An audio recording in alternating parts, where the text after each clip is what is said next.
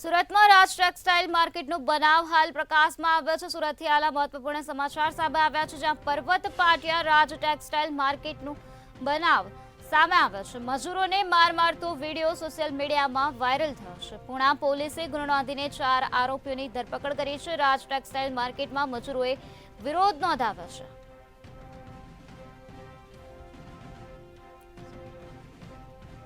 ન્યાયની માંગ સાથે મોટી સંખ્યામાં મજૂરો ત્યાં એકઠા થયા હતા।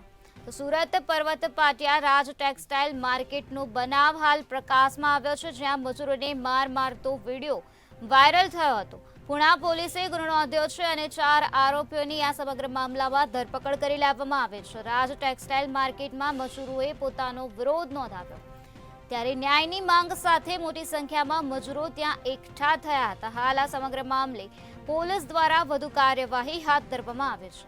તો સુરતના પર્વત પાટિયા પાસેનો આ બનાવ પ્રકાશમાં આવ્યો છે, જ્યાં રાજ ટેક્સટાઇલ માર્કેટમાં મજૂરોને માર મારતો વિડીયો સોશિયલ મીડિયામાં વાયરલ થયો હતો। ત્યારે આ બનાવ અંગે પોલીસે 4 શખ્સોની અટકાયત કરી છે। આ 4 શખ્સો પાસેથી પોલીસ દ્વારા વધુ પૂછપરછ હાથ ધરવામાં આવી છે।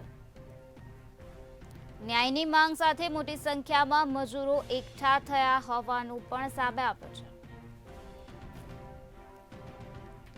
તો હાલ આ સમગ્ર મામલે પોલીસે ગુનો નોંધીને વધુ તપાસ હાથ ધરી છે।